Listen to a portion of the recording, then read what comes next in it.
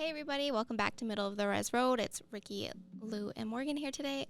And we also have a very special guest, Brian, who is with us today, who will share a little bit of his story and how we got into the trades.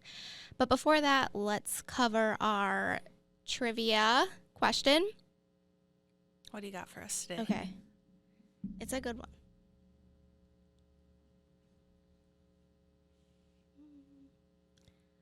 What is the most widely consumed commodity after water? I think I know this one, actually. I don't. We'll see. Okay, so just think on it and we'll revisit the trivia question at the end of the interview. So, sorry, go ahead. I was going to say, and then for Powwows, we got for the 22nd, 23rd, and 24th. Oh, we got the KBIC in Baraga, Michigan? Baraga, I Baraga? think. Yeah. Okay. And then a powwow in Eastlake, Minnesota. And I'm sorry, I cannot pronounce it. Brian, can you help me out? It's the one on... Oh, that's Gi Ishkon Igwewug. All I know that's out in Eastlake area. Yeah. That's a very good powwow. Good powwow? Yep. Should we attend? I would. All right. It's How close. far is that from here? You know where McGregor is? Yeah. It's just right in that area. That's Oh, pretty by, close. Right by the Menis Leadership Academy School. Oh, I went there for a year. Yeah, Oh, so it's really? right out that area. Mhm. all right. When Well, it opened. yeah, we'll definitely check that one out. It's a good one. You'll have a good time. Would you be attending that powwow? More than likely, I try to stay close to home, but Mm-hmm. other than that, we do travel. We are a Powwow family, and we willing to go anywhere. But East Lake's a good one, and that's one that I'm willing to stay home for. Awesome. Cool. What's your favorite one to go to? Probably my favorite powwow of all time is it would have to be Panema Labor Day. Back home, just growing up, being around the vibes, the powwow people, the family, and seeing people come to your community and have a good time. It just makes you feel good about yourself and how you represent yourself coming out of that area. Yeah, I love that. I mean, I think my favorite powwow so far has been Mille Lacs. I haven't been to too many, but Yeah, I haven't been to Mille Lacs in a very long time. It's been at least 10 years or so since I've been there. wow. Me too, probably. In high school, I think was the last time I was at that one. Yeah, I think we saw you last at the Veterans Powwow. I think you guys were singing there, weren't you? Oh, yeah, just coming off helping the Fond du Lac band of Chippewa with running the specials there this year. And what my job was, they had men's woodland 18 and over, women's jingle 18 and over, and they had a singing special. And I just had to make sure that the specials were run correctly. I had the judges, made sure they were done in a timely manner, made sure nothing was drug on and stuff like that, and just made sure everything was run smooth. yeah, when we were there, I seen you bustling around, running Yeah, around. I'm glad I didn't get cramped up in the cast like the last powwow I was running in a little community called Panema, Minnesota. What was that like? It was fun. I probably went there when I was probably around 10 years old. I got the feel of it, got to meet family, got to learn a lot of culture activities, got to strive on my singing there. I used to dance for a little bit, but I picked up on my singing and ran with it more than anything because that's what I love to do, and that's just what I felt like was for me is sing. I didn't have the moves to bust out to dance, but I had the vocals and the other bros to help support and help me with the drum groups that I do sit on. Which ones do you sit on? I grew up singing with P-Town boys, which we go as P-Town now for short, because we're no longer boys, but the MC will still say P-Town boys. And I also, around the Fond du Lac area here, I sing out with Cedar Creek. Oh, okay. And for them, I've been sitting there at least 13, 15 years. Dang. Like, I'm 30 now. I probably sat down when I was 13, 12 years old. Wow. Is that kind of how you got your start, or did you start with like hand drums? Or? Probably how I got my start was at Panema Elementary School with the Panema Drum and School, Panema Drum and Dance Troupe. There I found a few of my cousins that sang and danced. Met a few of my aunties that also ran the program and helped us get through the school year and through the school activities with the drum and dance troupe. Oh, okay. It's kind of cool. I've never really asked the drummer how they got their start or what made them decide to pursue singing, and it's cool. It's awesome hearing all you guys like synchronized singing. Right. I just say it's kind of like try to tell my son, like, if you can harmonize together, try to blend in together. I was like, then you got it. As long as you find you in that right tone and pitch blending together, you can do anything. You can make any noise. Yeah, I tried drumming when I was little, but I always just messed up the timing. Right, that's the off. I always say, I was like, well, we got the drummers, we got the singers, and then we got the hummers. And I always joke with my sons, if you're not going to be drumming, you at least better be humming. How many kids do you have? I got 7 boys. My oldest boy is 11. My youngest is about 16 months. Oh, wow. Oh, wow. And it's a lot of work with all boys. Never had a girl in there? All boys? Not one girl. Oh, my gosh. I got sisters, so that's pretty much as close as I get to a daughter. Got a Fun. lot of nieces. My brothers are lucky, but I brought them all nephews. Did you ever want a girl? Yeah, wanted a girl. Our last baby, Dylan, we thought we were going to have a girl, but it turned out to be a boy. Just strictly okey-doked us. Just came on, here's a boy. Well, fun. I've seen your kids at Black Bear for Native American Heritage Month dance at the powwow or at opening ceremony. Yep, that would be Skylar and Xavier get to participate in those type of things. They're so stinking cute. I appreciate that. They're so good at it too. Like you can just see. I'm glad that they like to pick up their culture and love it, and they not only love it, but when they go out there, I tell them represent where you come from in a good way, because there's not a lot of people at this young age doing what you guys do every weekend. Like, so when you do out there, when you speak on the mic, you represent Fond du Lac in the best way you can, and you let them know that you're from Nagachuanong, and that means Fond du Lac. Just represent your area and have love for it. Yeah, just strive and have love where you come from, because once you don't have that, then you're kind of just like lost. And that's where when I grew up in Panema, bouncing around, you find yourself a little bit lost here and there.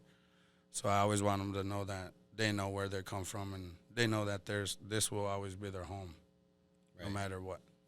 Fond du Lac will be home for them. Did you grow up on Fond du Lac at all? Or what brought you to this area? What, about 13, 14 years ago, I bet. I've been living around the Fond du Lac area. I moved around here when I was 17. Kind of just your typical res drama. Parents split up. I came with my dad. Mom stayed back home, and we've been down here ever since.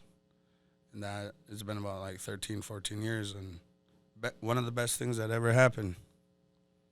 I'm sure that was a big change for you, having to relocate somewhere. Kind of a big change, like growing up from Red Lake to Boys Fort, up in that area, the Iron Range. There's not that many opportunities. There's only small towns, so coming down here was kind of like an eye changer, kind of a game changer. There was way more things to do not even as a kid, but just as a person in general. There was way more opportunities, way more people to see. It wasn't just going to be all closed in like it was back home in Panema or Boys Fort. You said that Fond du Lac feels like home. Yeah, Fond du Lac is like a third home to me, where I claim is Boys Fort, Red Lake, and Fond du Lac is a part of my home. Do you feel like growing up on all of the different kind of reservations, do they have a different feel for you? Yeah, some and no. No matter where, if it's Fond du Lac, Red Lake, Panema, or Boys Fort, the love for my communities are always there. My relatives are there, so the love is there. It's just like this place around here where my sons are from. I just kind of adopted it or inherited it. It was never my home or none, but the people around here took me in. The people around here showed me things. There's just a lot of good people around the Fond du Lac area that have a lot to offer, and I'm very appreciative towards them in this band. So what do you, kind of jumping a little bit off topic, but what do you do for work right now? Right now I was working 2 jobs. My first job, I'm the singing instructor at the Fond du Lac Ojibwe School during the school year, and right now we're on summer break. But for like the last year and a month or so, I've been with a Can of Worms project located out of Duluth, Minnesota, with Ames Construction, and they're out of Burnsville, Minnesota. That's the big road construction Yeah, project that they're doing, right? Yeah, that's the big old headache down there. If you ain't going left, you better be going right. And if you're going to have to turn around, you should do it right now because you're going to have to.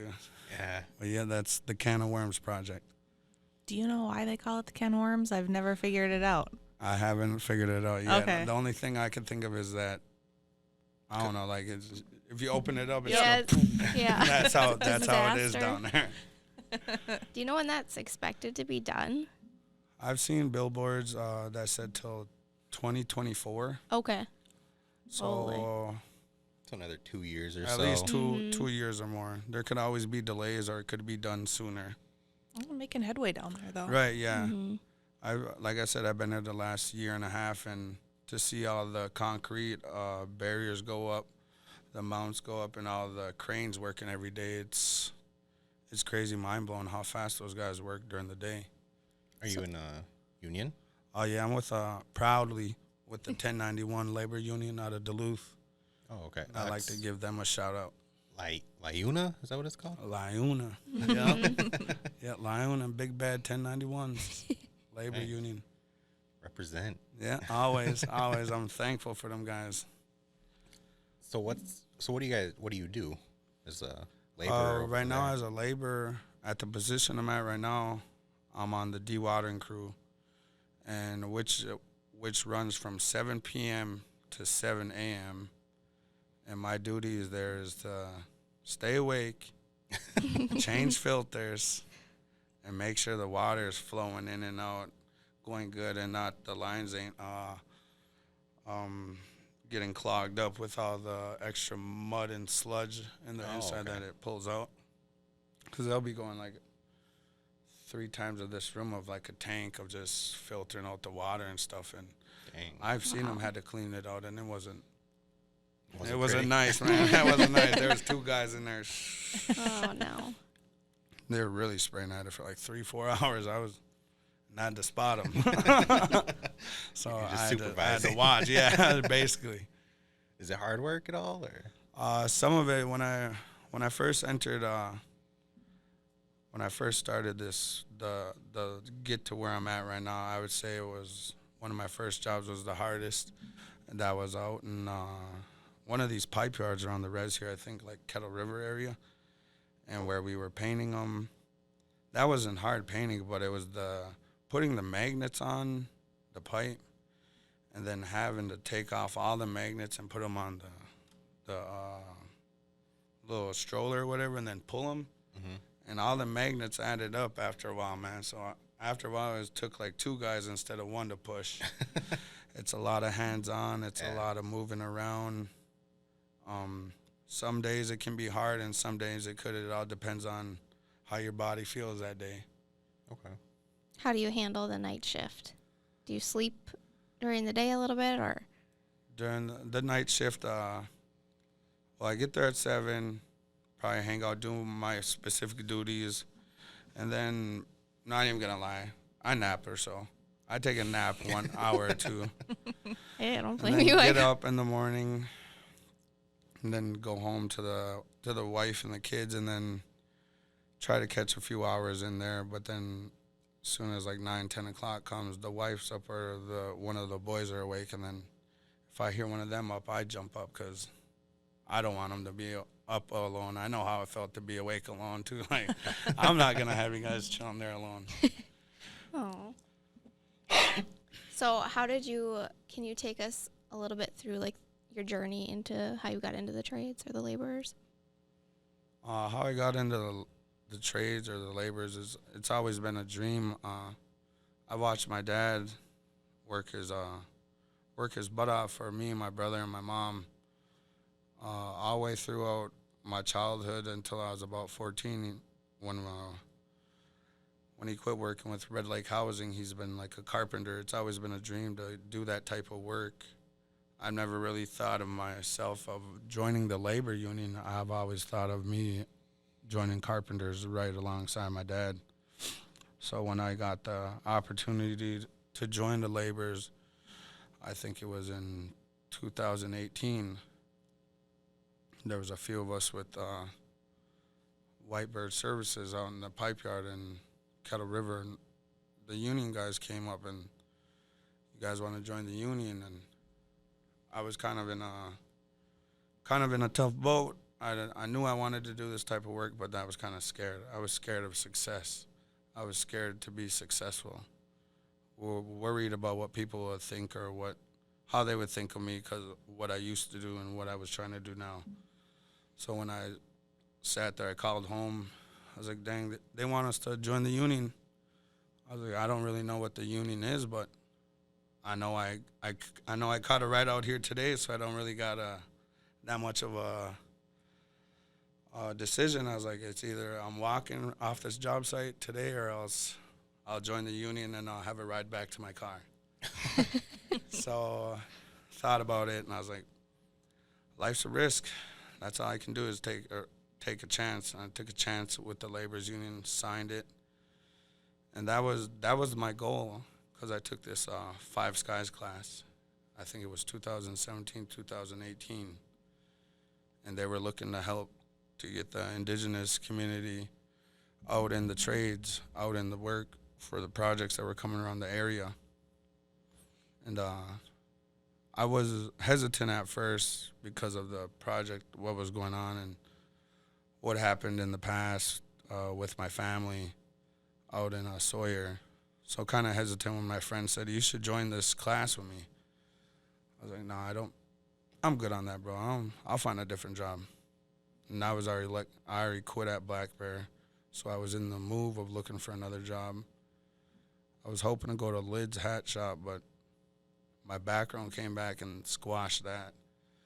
So my buddy was like, just take this class with me. And it was probably the last Sunday before that Monday it started, where I decided, all right, I guess I'm going to take this class because I don't got nothing else to do. I ain't got no job. Pretty much like Friday, I ain't got nothing else to do, so I'm going to go take this class. And I'm glad I did, because what that Five Skies class did to me was give me a little insight, gave me a little more pep in my step, gave me a little bit more courage and more bravery to go out in this world right now and take every chance that's thrown at me, use every opportunity that I get, and to never back down or never be afraid of success like I was before. Because all I ever thought I was just going to be is a dad working at the casino and trying to provide for my babies. I never thought that I was going to be in the trades, able to excel and able to give us a better life than what I was providing. Because I'm a father of 7 and a proud husband, and that's 8 other people, 8 other mouths that I gotta feed. Mm-hmm. That's 8 other heads I gotta put a building over. So when I got in the trades, I ran with it. I was nervous, but I ran with it because I knew I needed to do something better. I knew I needed a better job. I knew I needed better structure because what I was doing, working with at the time, it just wasn't providing for a big family. Right. And the trades ever since then, I've been let's just say I've been sitting pretty lovely ever since. That's been since 2018. What did you? God, I still can't get over the 7 kids. Yeah, 7 well, good mouths for to you. feed. That sounds like a good. 7 boys, man. Yeah. Dang. And also, I want to say, I don't think anybody should ever be ashamed of wanting to be, successful. Successful, yeah. Yeah, it's just how I grew up and the things Mhm. that I've seen. Like it's always like that. It's always been like that. Yeah. You're scared to do good, and We hear that a lot too. Is like, well, I might as well just work at the casino, type of, and then they right, get like that mentality. they'll hire me. I know I can always go back there, and Yep. that's what I had. I was on that last string. Like I know Players Club will hire me. I know I'll go back, but my bro told me to take this chance with Five Skies, and I did, and we've been going good ever since. Yeah, that's kind of how I was. So I kind of understand that mentality. Because I worked at a casino for 10 years, Right. and it's a job, but I felt like I couldn't get farther than that. Right, That's where I was stuck. Right, you said you were dealing in cards. You ever think you would be dealing in like Vegas or something, or even Shakopee? I mean, I thought about it, but I was like, I don't know if I could. Right, I don't know if I'm that good. right. That's always like you just don't know. Like, Yeah. but So I just kind of felt like I could only stay at my casino. And right, and that's the type of feeling I had. I was like, this is the only type of job setting I know is casino. So yeah. maybe I'll run through all the jobs in here.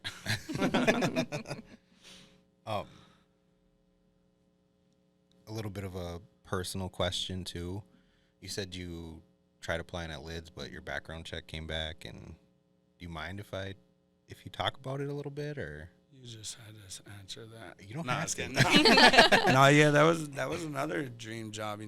I was a hat guy, so I was like, man, I'll go work at Lids. And like I said, I've been around here since I was like 17, 16 years old, and it's not been the best little 13 years that I've had. When I first got down here and met a few people and messed up my background, or from fighting, underage drinking, just stuff like that, like just little petty things that I knew that I shouldn't have done, but I did it anyways. Trying to hang out with people, trying to prove something, thinking I had something to prove and stuff like that, and not knowing that it's gonna mess me up way down the road. And yeah, Lids cut me out because of my background, and I'm proud to say I've been out of the system for like 6 years now. Nice. There ain't no Good for place you. that's gonna push me away because of my background no more, because I fixed that. That's I lived awesome. it, then I fixed it. Good. That's good for you. Yeah, that's another thing we also like to highlight too. Is Mhm. you could have a record or anything like that, and you could still Right, get a that's what I job was in the saying, like, trades. it was either this path or this path. Yeah. I wanted to go down this path, but I knew I had to do this path. This path looked fun. This path was the right way. That's My awesome. family was down here. Nothing down here. Sometimes I just had to do what was right for me. Well, you got to be proud of yourself a lot Yeah, and showing your boys the. yeah. A lot of who I am and what I became to be. I owe a lot to my late grandparents, my grandma, my grandpa, who are no longer with me. Kind of did just like a little task thing, knowing when as they got older, I'm gonna knock out all these goals, boom, boom, boom. So I know when they go that they're proud of me. So I know when they go that they don't have to worry about my sons or my wife. So and I did knock down those goals, and for a while it did hurt, and it still does every now and then. But I know they're up there happy, knowing that they were able to leave and not have to worry about me no more. Because, like I said, that little 13 years of me messing around, my grandpa would call me every week, just making sure I was alive or just to check in on me. So a lot of this, what I do is not only for my wife and my kids, but my late grandparents. That's awesome. That's an awesome goal or mentality to have. Yeah, is yeah. to- Mhm. Yeah, that's what I'm starting to learn. It's all the mentalities. If I ain't got it up here, man, I'm not going to be able to put it out there.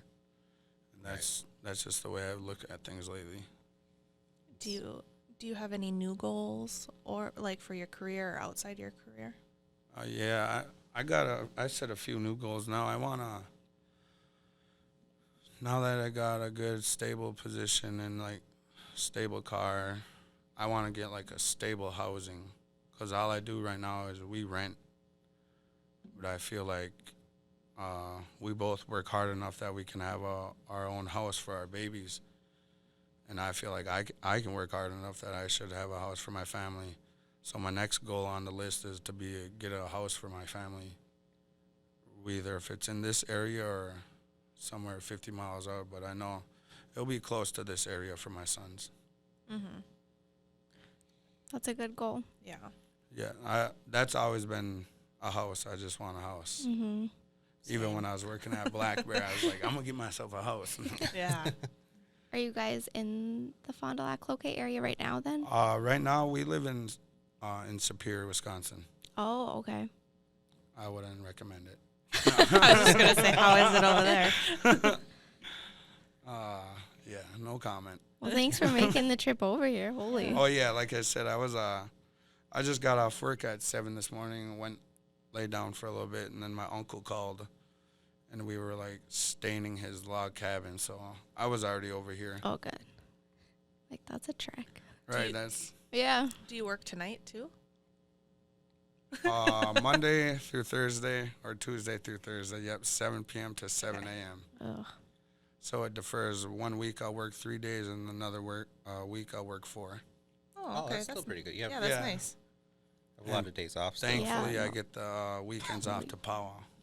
Nice. That's what I was saying. I was like, man, Can't miss powwow. right when I joined the trades, I was like, man, I'm not going to be able to powwow. I'm not going to be able to do anything. And I was willing to give it up.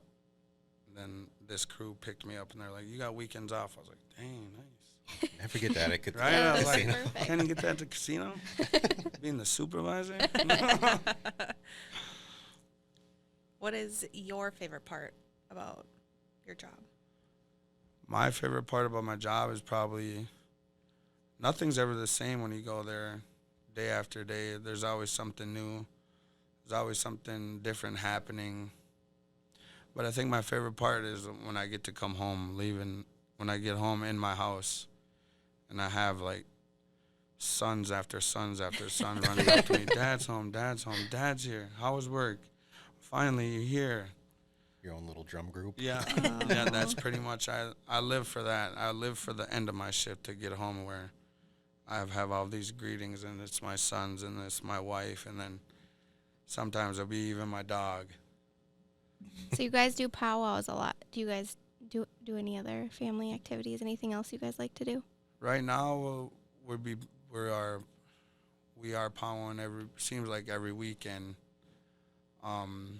For a while there last summer, I was doing this like kind of outreach stuff in Duluth for the homelessness, where we were providing like waters, light snack, pop-up round dances. It's actually the American Indian Movement support group of Twin Ports is what I'm a part of. And we were doing like just little events for families. I did like a back-to-school event. We did a few cookouts, a few scavenger hunts. And yeah, that's what we were doing in Duluth there last summer, but since Powwows came back, we just kind of been hitting every weekend. There's a different powwow traveling. Wow, well, I like the cause. That's a good cause. Yeah, Giving back to the community, I think, yeah. You gotta always shows a lot about a person. what I kind of grew up on is always remember where you come from, or always remember what you did, and always give back no matter what. Like my son. I learned that a lot with my oldest son. That was the brave for the Fond du Lac school for like the last 5-6 years. And every year he would give back to the community or his band, and have a grass dance special or a giveaway, and just teaching him the little things of always giving back. Because wherever you're at, or no matter where you come from, they give a lot to you for who you are, and it's always nice to give back. Definitely.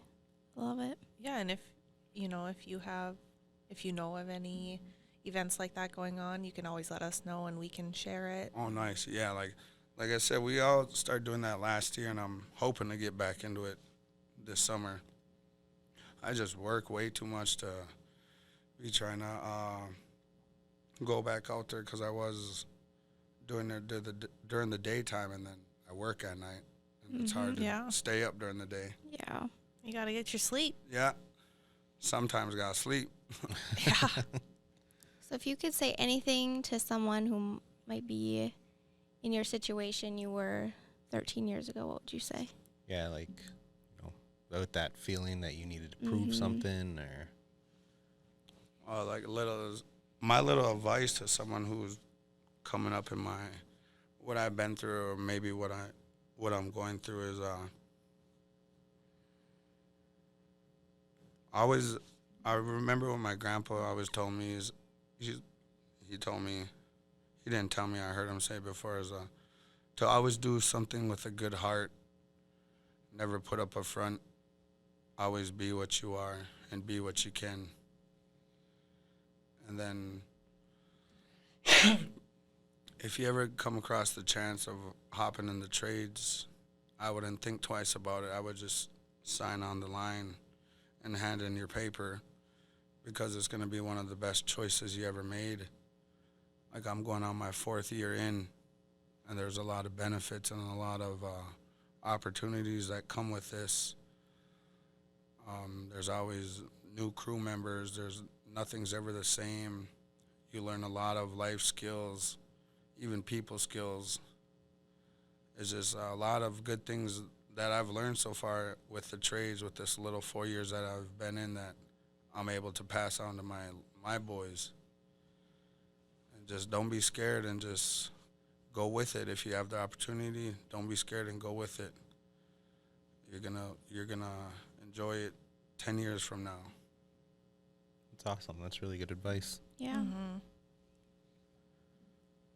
Well, thank you for coming to share your story, and Miigwech, I appreciate it. Yeah, Good. thank you very much. it's a great story. Like I said, this is a nice little spot. Shout out to the Whitebirds. Like, the Whitebirds is a good family that helped me get to where I am right now, and I'll always be thankful for the Josh and Tom. Well, I Well, guess we should move on to the answer to your trivia. trivia. Okay. So the question was, what is the most widely consumed commodity after water? Everyone's got to guess. I'm going to say, like I said, I think I know this one. I'm going to say corn. Corn? Yeah, think about it. It's corn syrup. It's like in all of our food. You make gas out of corn. Even like clothing is corn based. And What? you guys didn't know that? My corn husk hat. Okay. That's a good answer. Okay. I didn't know all that. Honestly, I have no idea. Like, nothing's even coming to mind. Yeah, I'm drawing a blank too. You said commodity, and other commodities came through. Cheese. Yeah. My big block of cheese. All right. The answer is cement. Oh. Yes. I don't know. I think my mind was just stuck on food. I was gonna say that's Yeah, Yeah, that's maybe. that too. But yeah. You're always thinking about food. You are. Foodie. Food is good. Well, TGIT, do you guys have any plans for the weekend? I'm going to go check out that powwow. Yeah. Are you? Mm-hmm. Which power was that? The one in East Lake. Oh, East Lake. Yep. Ton So of I'll powers. see you at that power for sure. Tell your food truck Saturday Night Live best food truck. Is it? Yeah, dude, $500. I seen Fond du Lac had a food truck, but it's like a candy stand type deal. Mm. Okay. The Olsen family, I think, have that. Sugar Shack. Oh, okay. Yeah, we'll Sugar that sounds- Shack. Yeah, and that's another brother that I met out there that I think got his food truck with working out there. So another guy doing great things from working in the trays, and now he's at the Powwows delivering up cotton candy and stuff. Oh, nice. Yum. So Maybe Sugar we- Shack, Maybe we could get a hold of him, and maybe he'd want to do this too. possibly. Yeah, that's awesome. Well, thanks again for coming in and sharing your story. Yeah, and Miigwech for having me. It was a blast. it Yeah. was- We appreciate your time. yeah, thanks. And All right. from all of us here at Middle of the Res Road, we'll see you later.